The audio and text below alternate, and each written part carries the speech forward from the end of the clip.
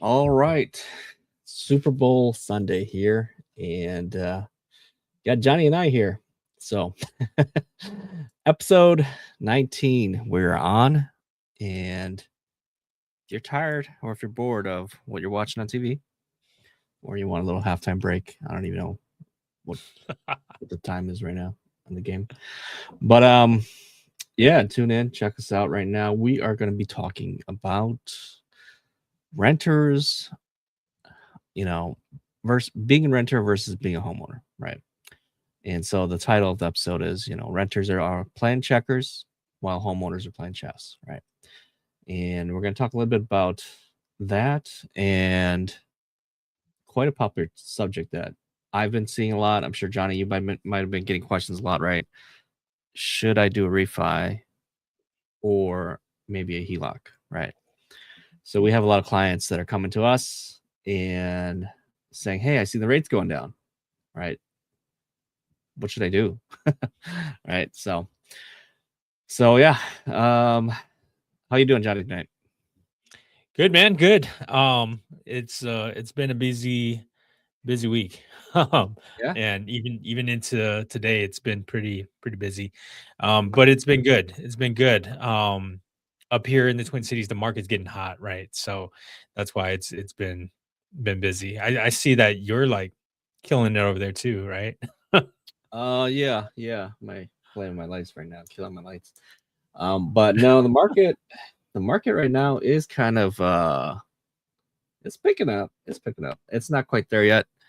But I mean, I work a lot with investors too, right? And so actually, Okay. One house we put an offer on over the weekend, had 30 Nice. offers. 30 offers. 30 offers. That's ridiculous. But that was again, it's an investment deal. So not quite as crazy yet on the normal retail purchase side, right? Hopefully. But yeah. Dude, we're pretty crazy up here. So you guys are? Okay. You guys are already getting hot for retail? Yeah. Okay. Like I had a house that went on the market on Friday, and we had probably I don't know, 9 showings between Friday afternoon, right? So we couldn't get it open Friday morning. So Friday afternoon until midday today, and we'd had over 9 showings, and we just received an offer. So and that's what 2 days. Yeah. So it's getting hot. So that's crazy, man. That's crazy. All right. No, I mean, we've been telling people get in early before spring. Right. Yeah, it's spring now. Yeah, sometimes spring comes early. So yeah. All right. So let's get into the show here. Have you heard of this before? So apparently the median net worth of a U.S. homeowner is roughly $400,000, but the median net worth of a renter is only $10,000. That's 40x. Yeah, definitely heard that, man. Yeah, absolutely. When you hear that, does it make sense in your head? Does it like, oh yeah, that makes sense? I mean, we're in the business, right? So yeah, absolutely, it makes sense. There's so much things that take place, and there's so much of a significant difference. Like I know that people are paying higher rent than my mortgage now, right? When I first got my mortgage, it was back in the early 2000s, and the monthly payment was about $1,500, right? And it's still like, I refinance in between, but it's still right around that number, right? And for a 5-bedroom house like the one I have, 5-bedroom, 2-bath, 2-car garage, right? They're going for $2,700 a month in my town for rent. Like that's huge, right? Yeah, that's crazy. But I mean, for regular people not working in the industry, right? People that hear this stat, they're probably like, what the hell? Like, do homeowners like magically earn more money? Do they have a better job? No. What's the answer to that? No, they're like normal people, just like everybody else. The only thing is that They jumped into the system, right? They jumped Mm, into the system, got ahead of the game, and are doing much better now because of it. right, right. So basically getting a home sooner than waiting down the line, right? Yep. Which we as realtors like to tell people that, but then people are just like, nah, you're just trying to tell me to buy a house. Dude, let me say it like this, right? Back in I bought my house back in like 2006-ish, Mm-hmm. and my house was worth at that time, I don't know, I think it was like I bought it for like 210, right? Okay. Back in those days. That's pretty expensive back in the Um day. yeah, yeah, it was. Yeah. It was, yeah, it was really expensive. Yeah. So that's before the But the crash. Yeah, that was before the crash. So the Mhm. crash happens, right? Right. The crash And happens. Yep. the value goes down to 130, right? Okay. Yeah, you should have bought then, right?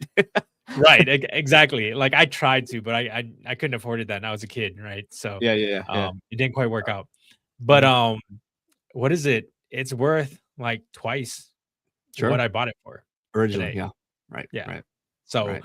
like, people say to wait for, uh, you know, I don't know, prices to go down. They Mhm.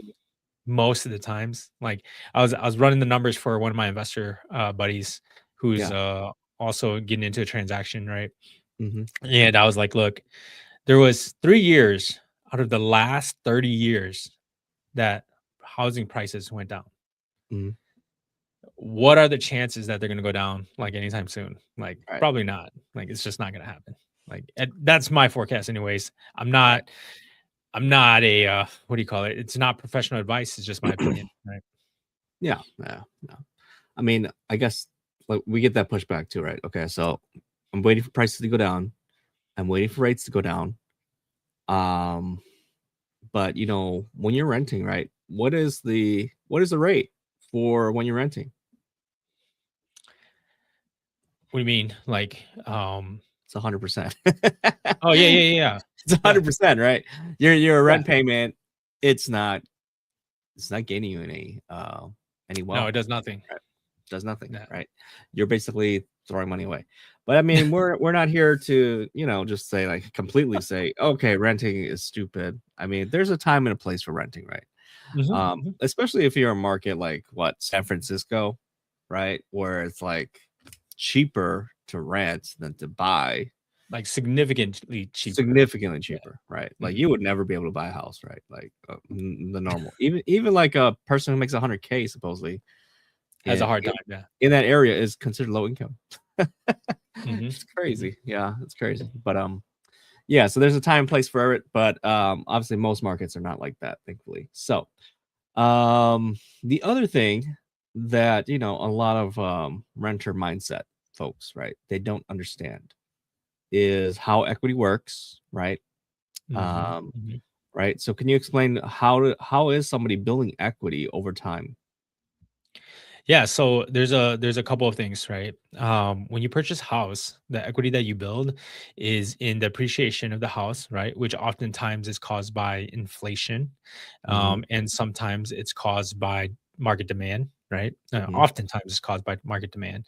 Um, and then, building equity also happens when you pay your mortgage, right? So Right. every time you pay the principal, a portion of that, a portion of your monthly payment goes towards principal, which means it reduces the amount that you owe with the bank. And so you're building equity both in your monthly payment as well as in inflation and demand for properties. Right. Right. So, like, so you're building your equity up, right? And if by just having a house, because your house is going up with inflation, you're hedging yourself, your assets against inflation, right? Hmm. Hmm. If you just had money that you just have for down payment, sitting in a mattress, whatever, right? Hmm. That money is being, it's being eroded by inflation, right? The value of Hmm. that money, right? No, it's Whereas, depreciating. Yeah. right, it's depreciating. Whereas Mhm. if you would have bought a house, used it to buy a house, I mean, a lot of people seem to think that it has to be perfect. The house has to be perfect. A lot of times, I mean, it's just your first house. Like you may not even live there past 3 years, you know, or Mhm. even 1 year, right? It's just the first one. Like, chill out. You know? Yeah. If you could get it and then get to the next one, it's like a stepping stone, right? Mhm, So mhm, that's something that's really cool about understanding inflation. And then, like you said, something else that people don't understand, obviously, inflation, future dollars are worth less, right? mhm. When you purchase this house, let's say 20 years ago, right? Like you mentioned, 200 whatever thousand, you're paying it every month, every year with future dollars that are worth Mhm, less, right? So mhm. what we mean is the dollar today, the currency today in the future is worth less than when you initially bought that, when you initially created that loan, right? Yep. Which is pretty mind blowing because like you're paying the same fixed debt that you had pulled out with future dollars that are worth less. Yep. And at the same time, you're creating equity and Yep. appreciation and growth. Mhm. So, you know, some concepts that are easily missed, right? Um, and then we talked about yes, your for the most part, most mortgages are fixed unless you do a adjustable rate mortgage, something like that, right? Mhm, mhm. So that is really how that net worth gap is created, right? Just the equity. Um, when you rent a property, you are essentially helping your landlord or the building owner pay down their loan, building them the equity, and then you know all the while they may be jacking up your rent every year, right? So that's what happens. I mean, there are some outside factors, right? Mhm. Like when you buy a house, and I want to put this out there because they're going to be, your Debbie Downers are going to talk about it, right? Sure, So they're going to sure. talk about, oh, there's things that you got to repair on your house. Oh Yes, yeah, right. absolutely, right? Absolutely. When you go into a rental, right? If you want the house to look better, sometimes you paint it, sometimes you add decor, right? And so, in the same thing, you're going to do it with your house. And yes, if the toilet breaks, you're going to have to fix it, right? But in the grand scheme of things, the equity that you earn, right, is definitely going to be higher. So, some people say that it's a was it forced savings system, and so, like, it's forcing you because you have to fix your toilet. Your toilet's gonna be worth more once you get a new toilet in there, right? Your bathroom's gonna look better, which also increases the value of the home, right?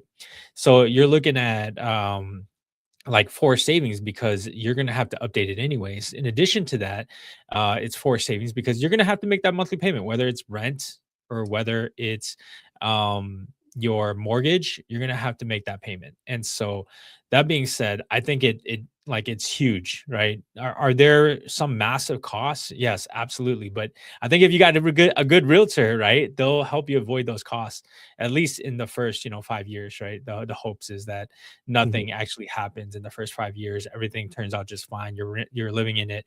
The mortgage actually goes down. Hopefully, in the first 5 years, if you are a first time home buyer, your MI has been reduced, right, and so on. So you're looking at Mm. possible even a lesser monthly payment than originally. So there's Yeah. a lot of benefits to owning a home. Right, right. And that is that's a great point. That is one of the biggest pushbacks too that we hear a lot. Oh, but once I become a homeowner, now I gotta fix everything. I'm gonna lose a bunch of money into fixing stuff, right? And like you said, uh, well, if you buy the right property up front, right, one that has a newer roof, because that is one of the more expensive things, and then newer Yeah. HVAC, right, like Mhm, mhm, furnace, AC, that type of thing. Newer windows are definitely a benefit because then they're less mhm. drafty, especially for northern climates like us. Yeah, Um, no doubt. more energy efficient, right? Um, so no, there's a number of things that you can set yourself up for success. And again, it all depends on your budget, right? I work with a lot of investors. I work with a lot of first time home buyers. They don't really have the money to buy the best property right away. Yeah. But there are a number of loan products that we could offer as well, where you could buy and then you can fix up the house at the same time, right? The Mhm. rehab loans, right?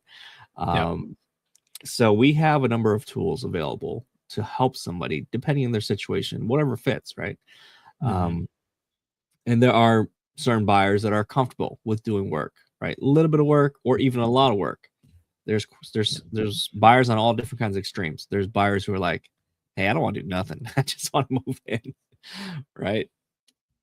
So Yep. those are a little bit more challenging to find properties for, especially if their budget is more tighter. Definitely. But I mean, we can help you out. We can help find anything really, as long as you get pre-approved.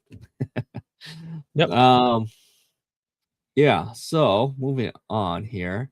So now that we've kind of laid the groundwork for the importance of equity, the how homeowners actually have so much more net worth, right, over renters, and explain all that and how that works. The next thing is, okay, great. Now I'm a homeowner, right? And I got this debt now. A lot of homeowners rush to pay their loan down. Like, I want to pay this off right away. You see that all the time, right? Which is Yeah, not absolutely. bad. Not bad. It's not a bad idea. I mean, but if you really want to build your wealth, right, there's other ways to do it, right? Yeah, there's better way to make interest, better way to like if your interest rate is like what 6%, right? Hmm. And you can make 12% on the market. I mean, why pay off the mortgage early?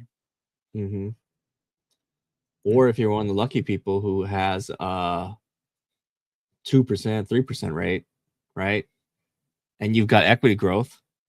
mhm.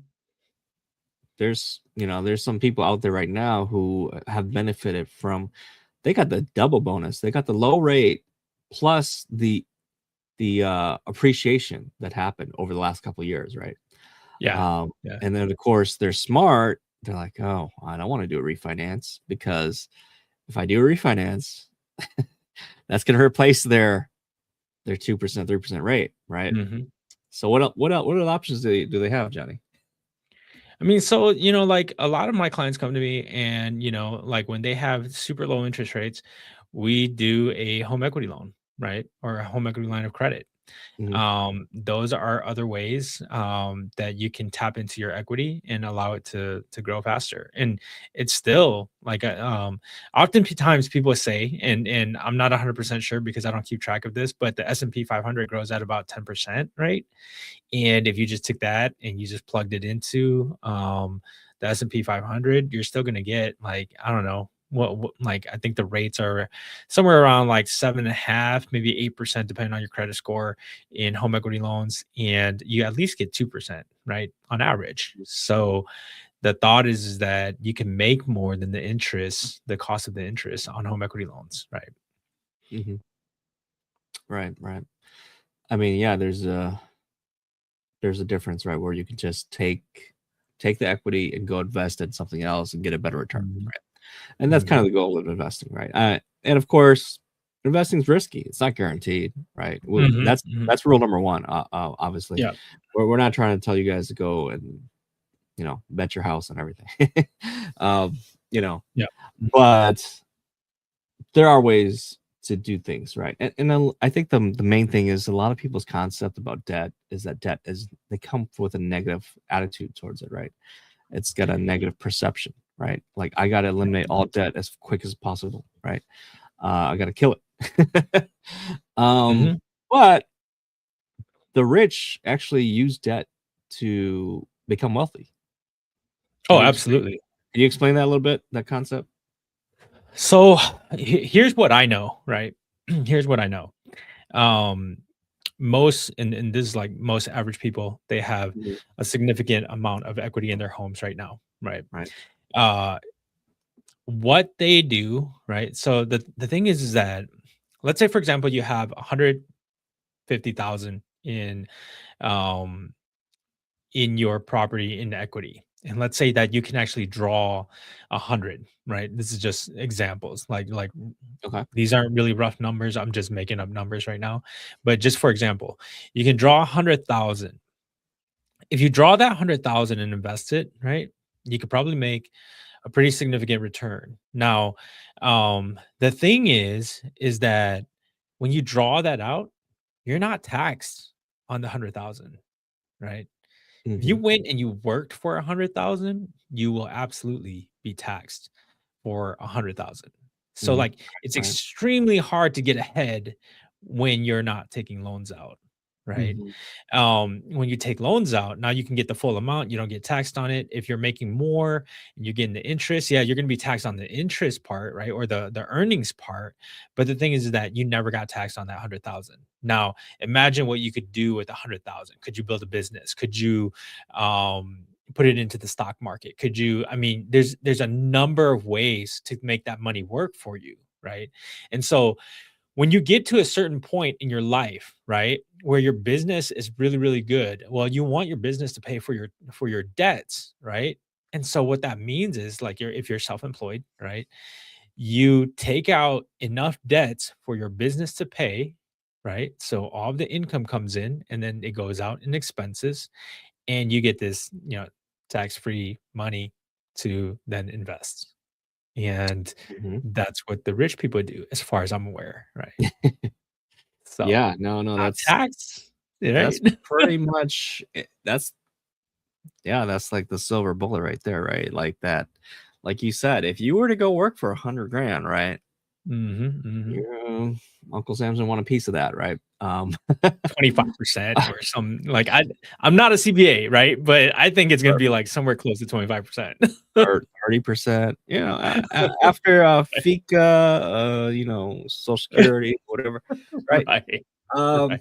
and imagine, like, I mean, I know there's some ballers out there with with jobs that give them like $100,000 Mhm. Yep, bonus, that's and all what taxed. what usually happens to bonuses, right? And what's the cut on bonuses? It's, like, usually, like, 50% you get taxed. 50%, Yeah, right? and so it's like, Right and away. not everybody's tax bracket is a little bit different, so we can't, Right. 100% But yeah, that's no, crazy though, but right? yeah, So it's insane. Yeah. I mean, if you can use this concept, right? And of course, like we said, investing is risky, but if you want to really grow your wealth, um, right, and pick an asset that you're comfortable with, pick an investment strategy you're comfortable with, but you have money just sitting there, right, that you could have access to, right, and you could put it to work, like Johnny said, um, and then it would be tax free. So you pull the debt out tax free. You just made 100K tax free. On top of that, if you actually have interest, things like that, you could potentially write it off, right? Mhm, mhm. So check this out, right? So, Yeah, yeah, we talk about, getting in, and we kinda talked about, your primary home, right? yeah. But Mhm. what if this was your investment, right? Sure. And you took the loan out, and your tenants are paying for it, Mhm. right? They're paying for the full mortgage Yes. plus the home equity loan. So someone else is paying for you to take $100,000 out and invest in yourself. Like, Oh, yeah. dude, why wouldn't you do it? Like, it just Right. Right. right? That's Yeah. crazy, yeah. No, I mean, you bring up a good point too. Also, some people do say, "Oh, well, I don't wanna take the equity out of my primary house because what if things go upside down, fall apart, and then I'm homeless?" Well, quite honestly, that's the risk you have to decide that what you're comfortable with, right?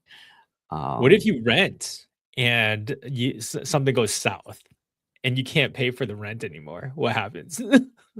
that's true. That's true. Yeah. So, yeah, I mean, there's negative things to anything. I mean, Mhm, like mhm. there's people you talk to, every solution you present, they come up with a problem. Yeah, yeah. And when you start talking to the person like that, man, you're like, all right, I guess I'm done talking to you.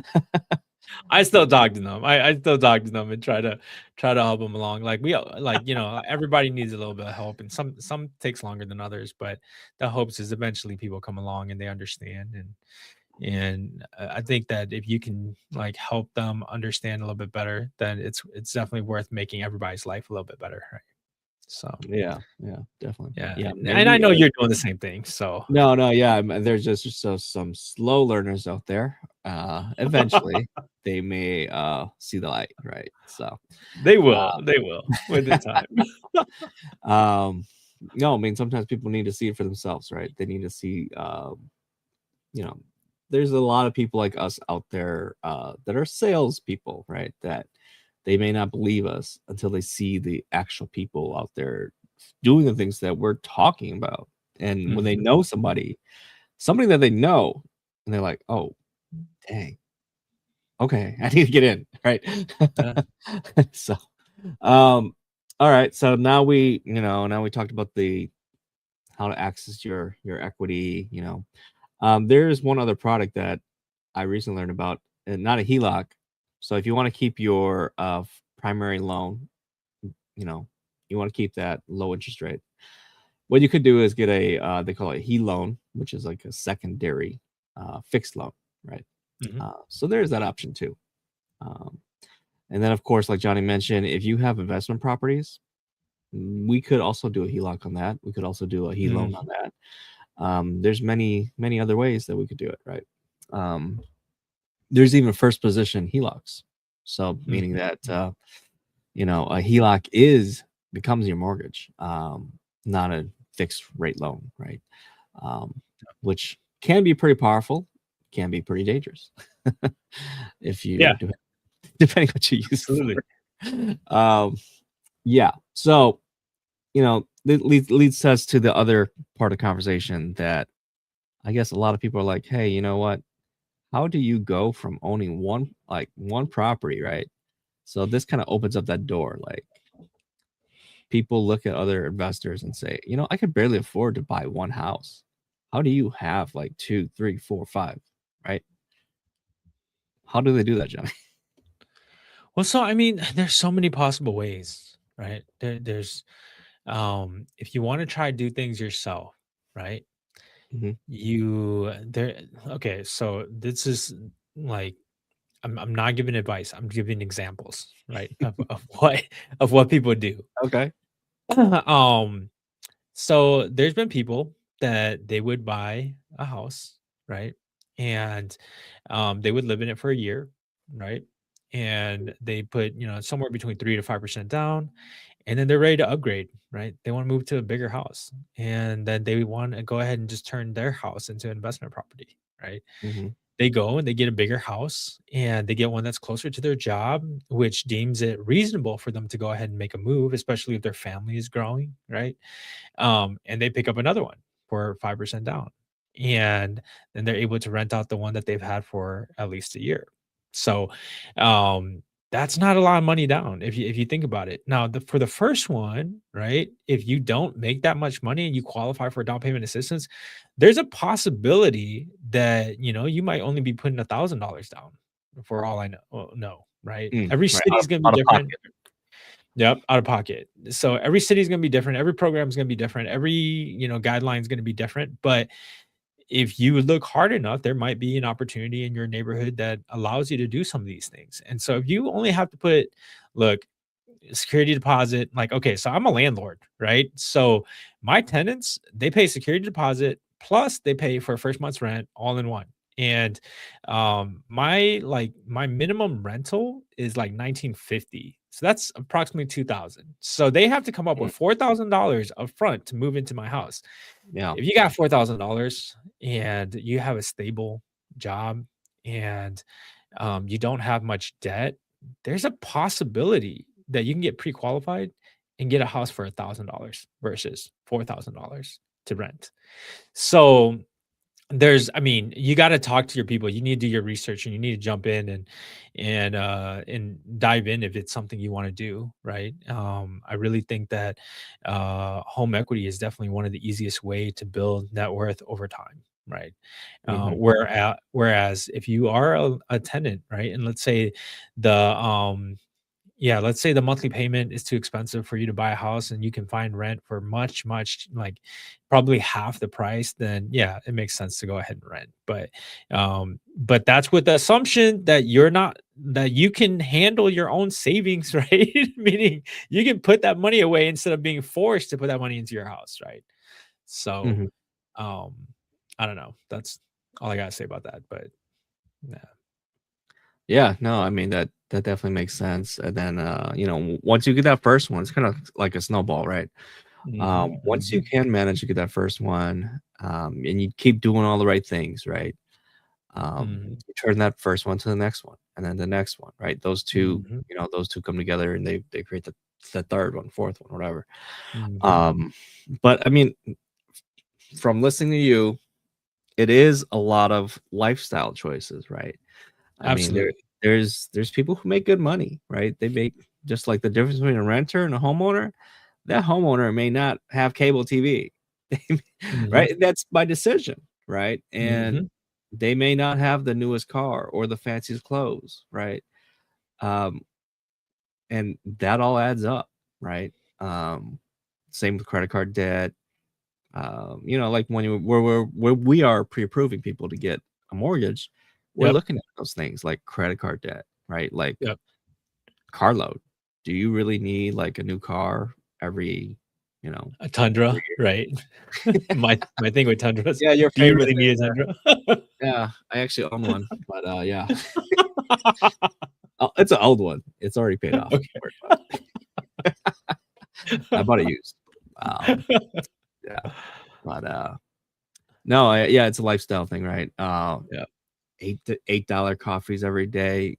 Just buy your own Mhm. pack of coffee, make that out, right? I mean, Yeah. we're not saying that saving that $8 a day is gonna magically make you rich overnight or someday, but, The these more you can decisions. invest, the more you can invest, right? It's true, right, right. Yeah. So, and like I tell a lot of people that this is just temporary, right? You have to have delayed gratification, right? Um, you have to be disciplined that hey, this is just a temporary thing where, yeah, it may not be like we said, this is just your first home. It's the first Mhm. step, Mhm. right? It's not going to be ideal. The next one's Mhm. going to be better, hopefully. And then maybe the next third, fourth one's gonna be even better, right? So you gotta Yeah. you gotta build yourself up, right? It doesn't just happen overnight. So um yeah, so I mean that is pretty much really all the things I wanted to really just talk about. Um, right. Understanding how homeowners have so much more net worth, right? 40 times, not four times, 40 times, right? Um, and it is real, it is possible, right? And then really just want to help people understand that um once you have that equity, once you have the home, you do have access to it, right? So there are options to it. One thing we didn't talk about is when do you use a HELOC versus a refi? Can you talk about that, Johnny? What are your thoughts on that? So my recommendation to my clients is when the interest rate is significantly different, and you're not gaining by taking out a cash out refinance to, let's say, for example, so because there's ways to gain, right? So let me give you an example. So the example would be like, okay, so you don't have any debt, right? And you came in and you want some funds so that you can invest in your next property, right? Mhm. But you currently have a 30-year fix at 2% or 2.5%, right? So I do know a couple guys that have like 2.5 to about 3% interest rates. And your monthly payment is super cheap, right? And it wouldn't make sense for you to do a full cash out refinance to pay Mhm. for the costs in addition to pay for um, the full loan, especially if it's a big loan, like let's say $600,000, right? Mhm. To take out the cash out refinance, I have to pay for that interest. So what you would do instead, you would do a home equity loan or a home equity line of credit. Um, so that's when you would use that. Now, there are opportunities with cash out refinances where if you're going to pay off a bunch of debt that has super high interest rate already, right? Mhm. And you only want one payment and you don't Yes. want to have to make two payments and you don't want to have extra like an extra monthly fee that is high and your interest rate isn't too far off right from the current market. So like I think I quoted someone and like everybody's rates are going to be different based on your credit score and all the information you provide us Mhm. from the cost of your house to the location of the house, right? So rates in Michigan is going to be different from rates in Minnesota. But I just quoted someone like 5.99, right? And if your interest rate is 5.5 and you can get 5.99 and we're paying for your credit cards in the process, right? We're taking out the cash out to pay for your car loan, which is like 20%. Let's just say, for like, usually car loans aren't that high, but let's say, for example, your credit card loans are 20%, your car loan may be at 12. And we're putting you in a better financial position with one payment, right? That's much cheaper. And over time, the equity is going to pay for it all anyways, right? Because you're going to hold on to that house for 30 years.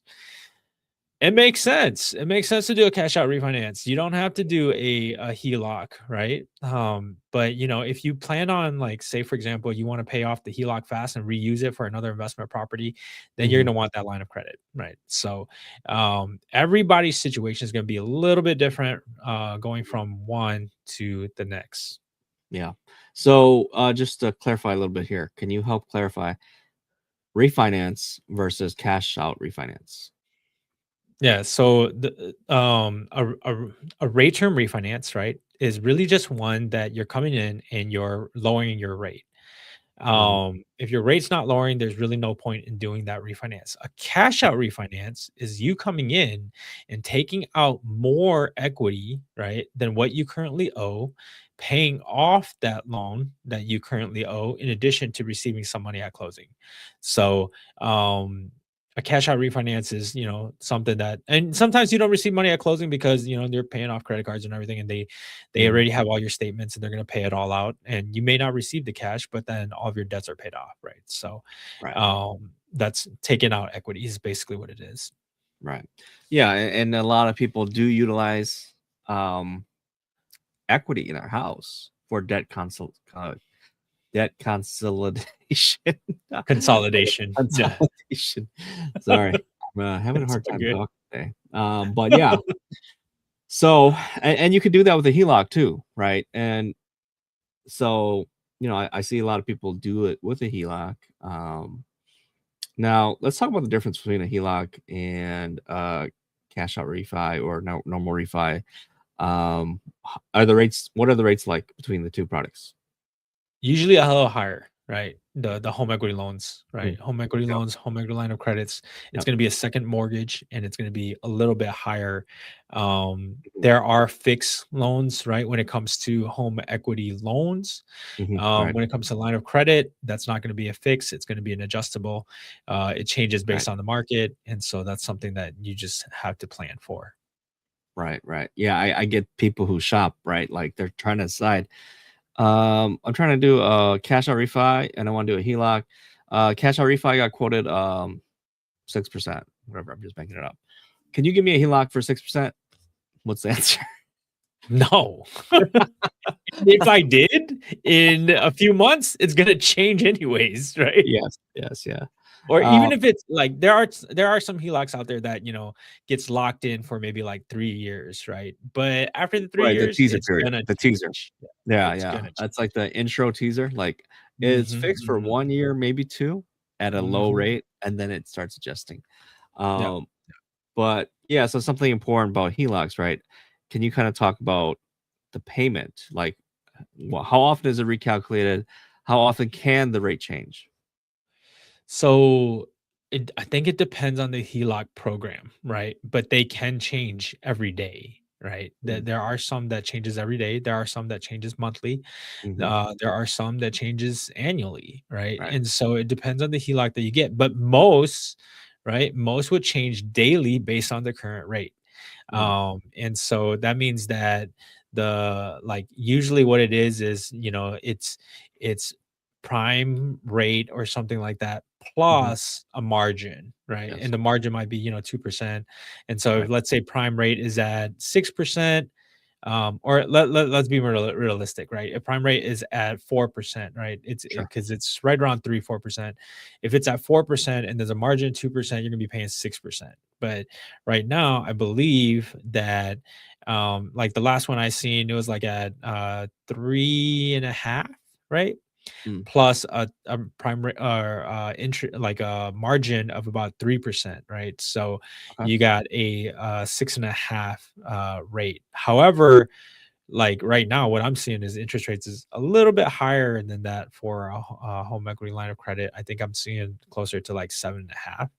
is what I'm seeing. But that could be just because of my client's credit scores, right? So Oh, sure. Yeah.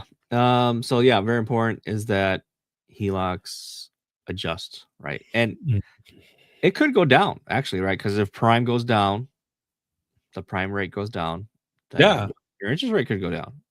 that's So it's exactly not what happened to always me. it's Yeah, not always like negative, right? The right. negative thing that the rate adjusts.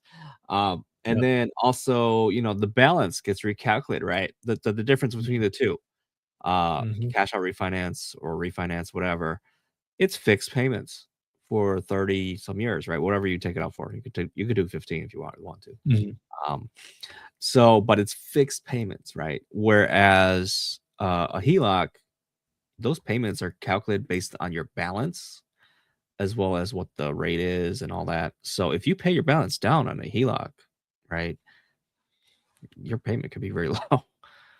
mhm. So, um, Yeah, so there's like a HELOC hack out there, right? oh, sure. So if you've ever heard of the HELOC hack, basically what it is say for example, you make twice as much as your monthly payment, right? Mhm, And you take all of your equity and you put it into the HELOC. What happens is your so let's say just for example, right? You get a cash net payout of $4,000 a month, and your HELOC, right, is only a $2,000 payment, and that is also your primary loan, right? Meaning mm, it's the only loan that you have on the house. right. So you Well, what don't have a happens fixed rate. is what was that? You don't have a normal loan, fixed rate loan in the Correct. primary position. You have a HELOC in the primary. Correct. And Mhm, so when you go and it absorbs your whole entire um, payment, you're paying $2,000 off. That means you're paying the principal down. So the interest that gets collected on it is less that amount. And you can use it as kind of like a checking account, right? Where you mm, can draw money out each month and then pay it off. And you may not be charged any interest on it. And so if you have something like that, because there's a cushion for so many days, if you have something like that and you're paying it monthly, you can mm, actually pay off your loan faster because you're not paying as much interest, right?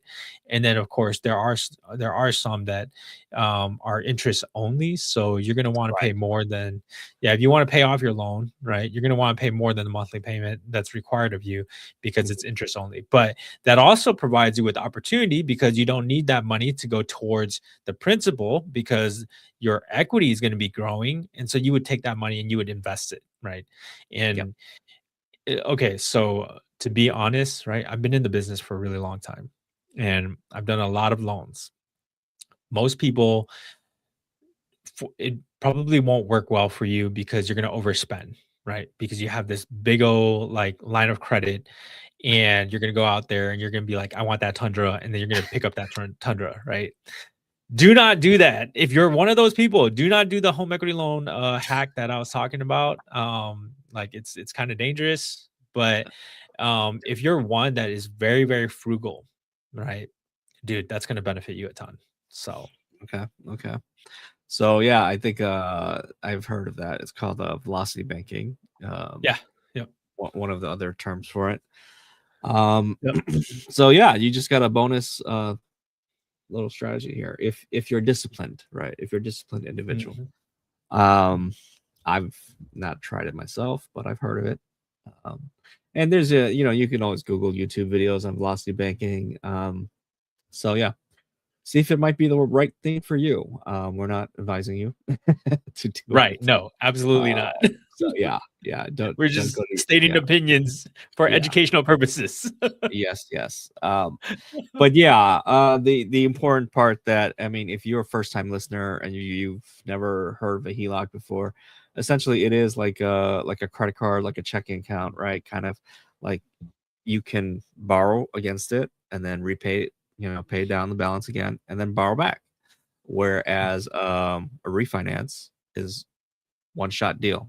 You take it out, you take whatever you want, cash out, right? A little bit more than what you owe, and then that's it. You can't take back, right? You can't pay it down and take it back out, right? So that's really the difference. And terms wise, right? So fixed is fixed rate loans. You can do 15, you can do 30. What is the typical term for a HELOC? So all my clients do 30 years, right? So oftentimes I see 30-year HELOCs. Um, I mean, there they're are amortized for 30 though, but they're I thought typically from what I've seen, they're only 10 years. So the 10 years is the portion where you can use the okay, so Mhm. there's a bunch of different HELOCs out there, right? Yeah, yeah, yeah. So the one I'm thinking of, right, is the one that you can use it as a HELOC for 10 Mhm. years, and then after Right. that it fully amortizes, and It then you converts. get Yeah. it for yeah, Yeah. the other 20 years it'll become a hard fixed loan, right? Right. So Right. in some of those, like you only have 3 years, right? So you Oh, kind of okay. have to know which HELOC program you're in. Mhm. Some of them they're 3-year HELOCs, Yeah, and some then are some of 5. them, Yeah. yeah, yeah, some are 5, some are 7, Mhm. some are 10. You don't often see ones that will be a HELOC for longer than 10 years. By that time, people will Right. come back and just do a refinance on their HELOC, right? Yeah. Right, right. Or you Mhm, can consolidate. Yeah, you can do a mhm, refi, consolidate your first mortgage plus your HELOC together, and mhm, then you wrap it all in a new one. mhm, mhm, mhm. Yeah. Oh, okay. So now we're learning a lot of things about making mortgages, you know, sexy again, right? Um, so yeah, I mean, Johnny's been in the industry for, like you said, a long time. You don't look too bad, Johnny, for like being what, 40? So and you've been in the industry for 35 years? Yeah, basically, right? You can see the wrinkles on my face because I've been in it so long. Yeah. And you just had to add the realtor thing to it too. So, Yep. No, no. so no, but I think that pretty much covers everything that I had initially, thought of when we're talking about this episode here. Um, I any I other wanna things add that we something. missed? Yeah, anything that we missed? Yeah. So right now, a lot of people have a lot of equity, right? Mhm, And a lot of people don't know that by having the equity, right? Yes, it's nice. It's cushioned. Yes, your house is appreciating. All that is great. And you don't have this big massive debt and you don't have a monthly payment. That is great. But there's so much opportunity to use the equity, right, to gain more. Because the mhm, appreciation is going to appreciate whether you use the equity or you don't. The only mhm, thing is, can you actually afford that monthly payment, right? correct. If you can afford the monthly payment, it's probably a good idea for you to go ahead and take your equity because most people at this time has at least about, I shouldn't say most people. I should just say there are a lot of people out there that has like $100,000 in equity, right? And it's just sitting and they're not utilizing those funds. If you can't, and I was talking to a group of financial advisors not that long ago. Of course we had Fu on before that, and I'm just gonna say it like this, right? If you can find a financial advisor that can get you 20%, right, return, that's better for you to go ahead and take a home equity loan out and then invest. Now, earlier, Laura said that there's risk involved in all investing. And so, invest carefully. Um, but at the same time, if they have produced 20% over, let's say, 30 years, there's a likelihood that they can continue to produce similar numbers, right? Because they understand how the market kind of works, whether it be the seasons or whether it be like they watch the different markets. And then in addition to that, if you don't want to do you don't want to find a financial advisor to run it, right? And you actually want to start your investment real estate investment business, right? I think now is kind of the opportune time, right?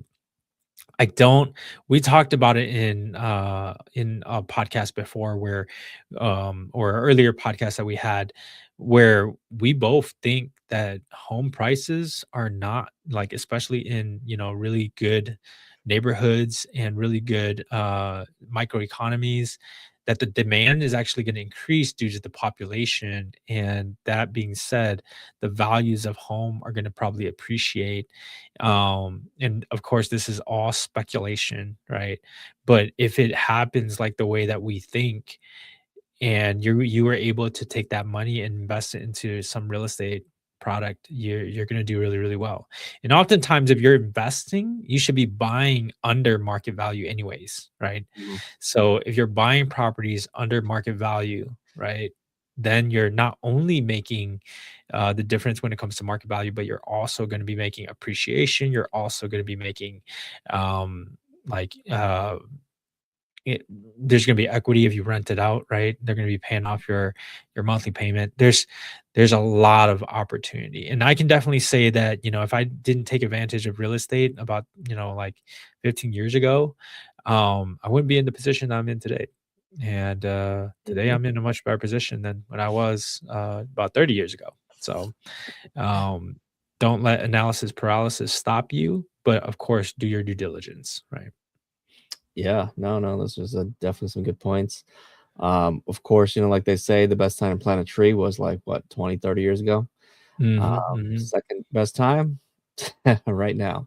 Yeah, today. Right. So, I Yeah. mean, real estate, it's not get rich quick. It's more like get rich slowly and for sure. Right. Um, Mhm. so, take do your research, do what with it what you will. If you do want to invest in real estate, obviously talk to people like us who are always in the business, always looking at, real estate locally wherever we're at. We look at nationwide markets. Johnny's got a great deal of experience looking at multiple like short-term rental markets all over the country, Mhm. Mhm. different asset classes. We can help you with flips, long-term rentals, short-term rentals, you know, commercial, right? So it's Mhm. whatever you really want to do. I mean, like Johnny said, you can get a financial planner, you can decide to do it yourself. I mean, there's lots of great assets out there right now, right, that are not real estate, like such as gold. Gold and silver is Mhm. going crazy, right? Um, Dude, did you hear about Bitcoin? it tanked. Yeah, it tanked. It tanked, but it came back. Did it come Like, back it already? dropped down to, like, 60,000. 62, yeah. It's at Yeah, yeah. 70 now. Yeah, And yeah, yeah. so, like, you wanna buy when the By the opportunity is dip. there, right? Right, right. Yeah. But that's Wha also the hardest part, Johnny, right? Like trying to time it, right? Like, oh, it's coming down, it's coming down. Should I buy now or should I wait? Yeah, It's tough, right? yeah, it definitely is. I don't recommend you just jumping into Bitcoin, right? Unless you want to. That's your prerogative. But I'm just saying, like, there's always an Mhm. opportunity out there. And if you want to jump in, there's like, if you had 60,000, you could have made 10,000 over the last couple of days just by putting it into Bitcoin. Of course, you could have also lost it all, right? But Oh, that's man. a risk you have to be willing to take. Oh, man. Well, I mean, a lot of people have been riding silver recently, right? Mhm, mhm. So I don't know if you've been following silver, but dude, it went from like what, 60 to 120? I don't know. And then it dropped. Yeah. So if Yep, you bought at the it right did. time, oh, not so It good. did, but I It did drop. heard I heard, gold and copper Uh-huh. will likely not drop because that's what's needed in the future materials that we will be using, especially as we get Mm, closer to using more efficient AI stuff, mm. right? So Yeah, I mean, I haven't heard that about gold being used in like materials. I know silver is a common material that's used in electronic components. mhm, Um, so not only is it like you know, a store value, precious metal, but mhm, yeah, I mean, it's being mined to be used in our electronics, right? And so it has double usage, and so that's one of the reasons why it's been shooting through the roof as well, because not enough silver go around. yeah. I But mean, I don't invest in those things, right? Like, that's a little too risky for me. I just do real estate. says the guy who day trades. Okay, so I do option tradings, but I don't hold any silver. I don't hold any gold. I don't okay, so I have a little bit of Bitcoin, but that was like I've been holding on to that for about 10 years now. So, Yeah. but that like I don't plan on buying any bit more Bitcoin, right? Well, yeah. I mean, I'm sure you bought it 10 years ago. You bought it at a good price. So. That's okay. All right. Well, that's it for this episode. Hopefully you guys got some value out of it. And again, if you did, hit the like button, hit that subscribe, and share it out with somebody else that might get some value out of it. We'll be taking a break for the next week here. Both of us are going to be out of town, and then we will be back on the 22nd. So we'll see you then. Sounds good. See you guys.